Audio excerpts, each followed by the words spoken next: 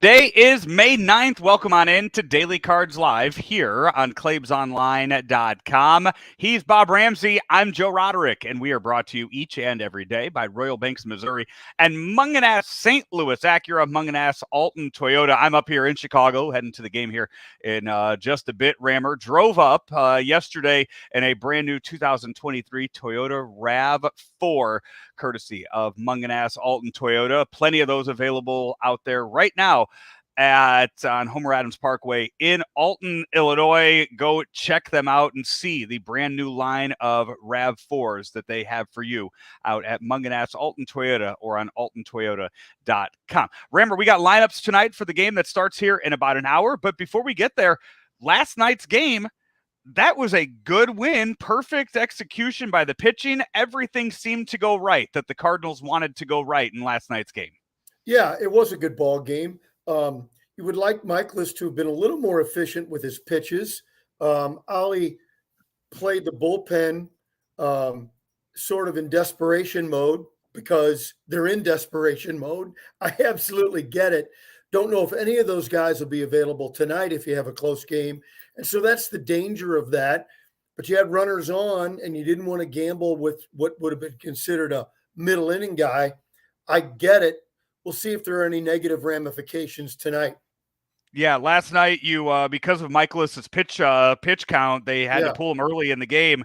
But still, I mean, very good outing for Miles Michaelis. 7 strikeouts in the game, 4 1/3 inning pitch with 4 hits. So you go to Genesis Cabrera, who is starting to fall back in favor, I feel like, with the Cardinals. You saw him earlier in the start the year down in AAA.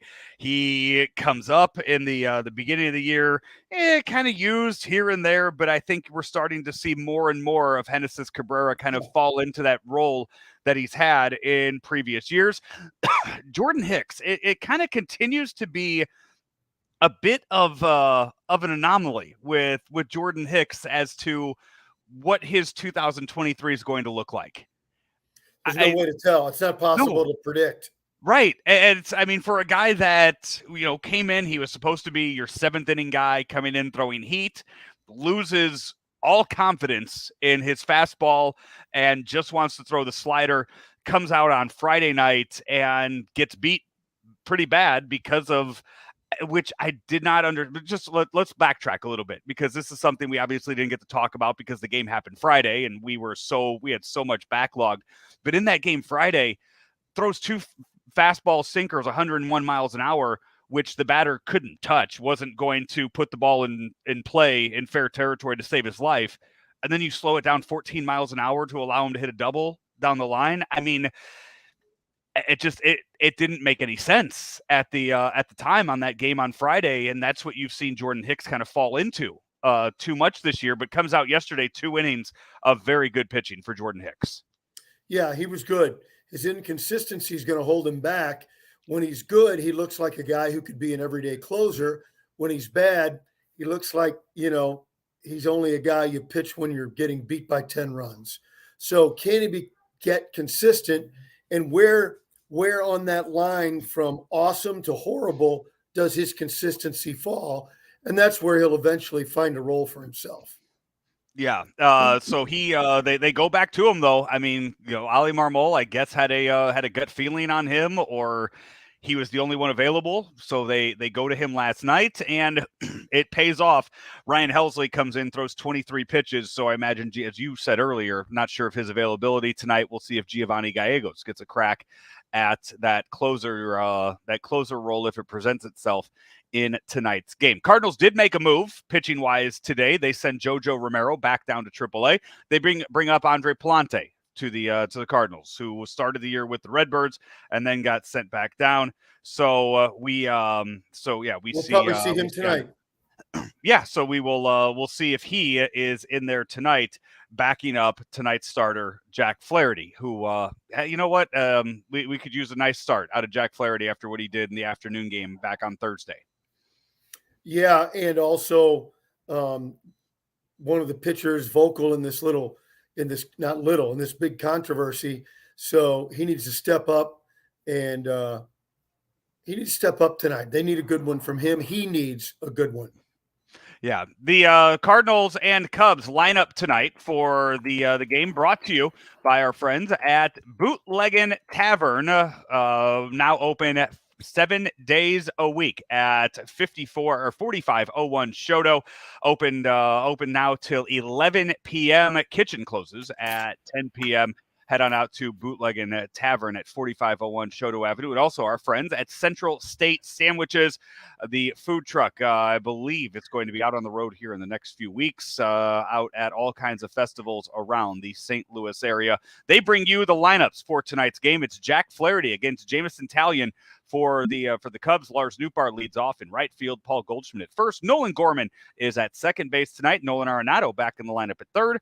Wilson Contreras DHing, Brendan Donovan in left, Paul DeYoung at short, Dylan Carlson in center, and Andrew Kisner is back behind the plate. For the Cubs, Nick Madrigal is leading off and playing third tonight. No Nico Horner in the lineup for the Cubs tonight.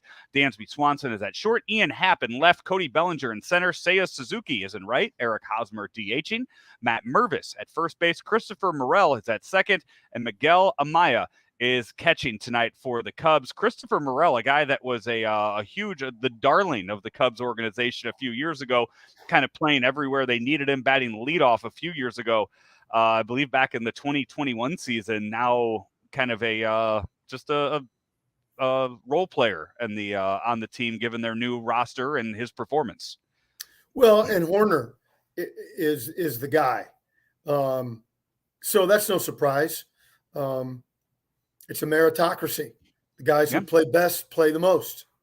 Yeah, exactly. You're absolutely right. And we'll see Jamison Talion for the Cubs tonight. A guy that has jumped around a little bit. I believe spent years with the with Pittsburgh and the Yankees before moving on to the Cubs this year. A guy who was highly viewed as a top prospect in baseball a few years ago for the Pirates, and now kind of just middle of the order guy. Now already 31 years old.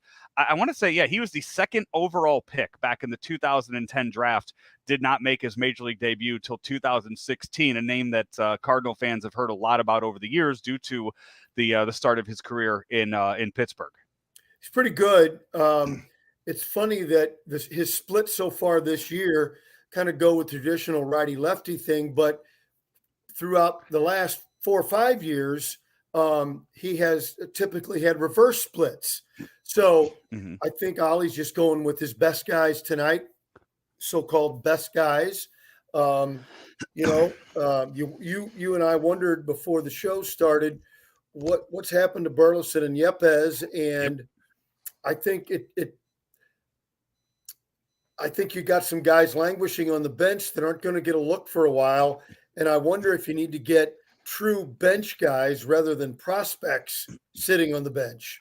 I was I know that we had talked about it, and we kind of said save it for the show as we were getting into things off air beforehand. Let's dive into it, because you see Nolan Gorman, he's at second base tonight, and we talked about the Buster Only tweets from this weekend with the Contreras news about kind of the trickle down effect that the Wilson Contreras to DH move is going to have on not just the St. Louis Cardinals, but the organization. We're talking Memphis, Springfield, just all the way down, and what that's going to mean to this team. So Wilson Contreras being your all-time DH means you need to get Nolan Gorman in the lineup somehow, whether it's second base or third base. So he goes to second base.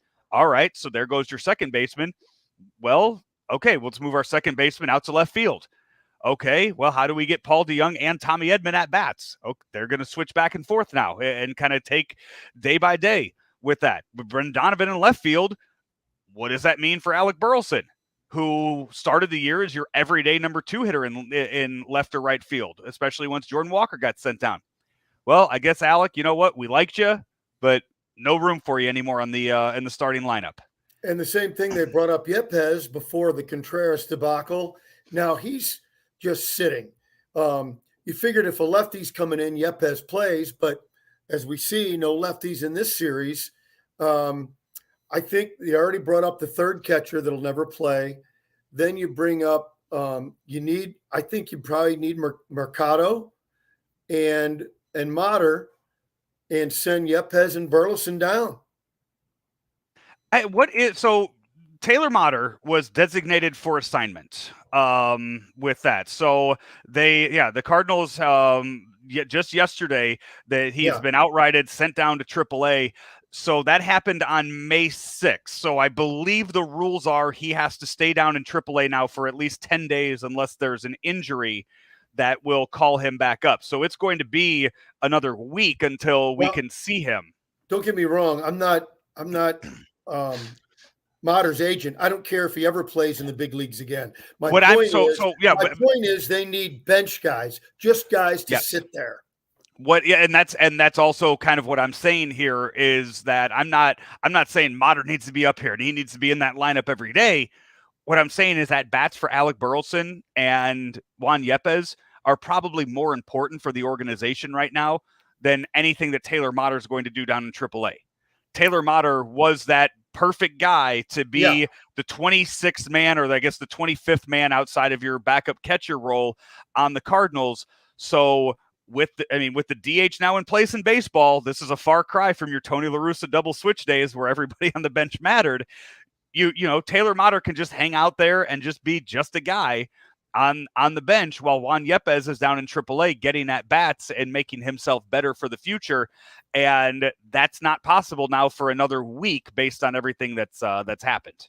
I think Yepez will get some at bats against a left-handed starter. And maybe if there's a good left-handed reliever, switch out Donovan, although Donovan can hit anybody. I don't really like it, but I kind of could see that happening. I think Burleson needs to go down for Mercado. And why do I keep bringing up Mercado? He's a very good center fielder, can still run. You're not going to bat him very often, but he's a true backup center fielder. And then you only have center fielders playing center field and not the stupid O'Neill's our best center fielder. Now Nootbaar's our best center fielder, which was all BS from the beginning.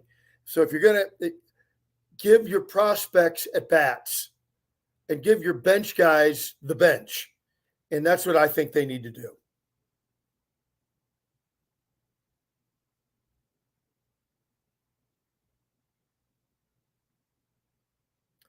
Looks like we may have lost Joe up in Chicago. And so we'll see how the Cardinals want to play with the roster. And then if Kisner hits, you hang in there with him a while. How long will you wonder how long the catching situation will be. And with Wilson as the DH, because as they already said, the effects of it, it sort of affects the whole roster. And for the Cardinals to be the best they can be, I think they need a little more balance. In fact, I know they do. All this mess has happened too soon for them to make deals to sort of clean things up, and it's going to be quite a while. While we're waiting for Joe, and he may not come. There he is. Here I am. I'm sorry about that hotel Wi-Fi. You know how that works. Where are we at, Rammer? What do I need to throw to? What do we need to talk about? I think we talked about the lineup and the bench, and I think we're good to go. All right. Did you do your Royal Banks? Do you pay the bills with Royal Banks yet? I'm ready to hand in that invoice right now. Royal Banks, over 60 years in the metro area, and they've expanded recently in the last few years to the east side in Granite, at Jerseyville, to St. Charles County, and to Northeast Missouri, with 3 locations there, and each and every one feels like your hometown bank. Royal Banks, where better service means better banking. Look at us professionals being able to figure it out and how to bring this show home again another day. Rammer, you and I will be back tomorrow, Game 3 of the series between the Cubs and the Cardinals. Another 6:40 start time. It'll be Jordan Montgomery against Justin Steele, a very good pitcher for the Cubs so far this year. We will have that preview for you coming up some point tomorrow afternoon. Until then, he is Bob Ramsey. I'm Joe Roderick. This has been Daily Cards Live, brought to you by Bootleg and Tavern, Royal Banks of Missouri, and Munganess St. Louis Acura, right here on ClaibsOnline.com. Can Graybar help my electrical and datacom jobs be more productive? Yep. Our supply chain services are designed to do just that. Like job site services? Yep. We deliver the products you need where and when you need them, no matter your industry. What if I have technical questions? Yep. Our specialists are top-notch. Emergency support? Yep, even after hours. They're a unicorn. When you need to keep your projects productive and profitable, rely on Graybar to help you get the job done right. No unicorns required. Yep, Graybar does that.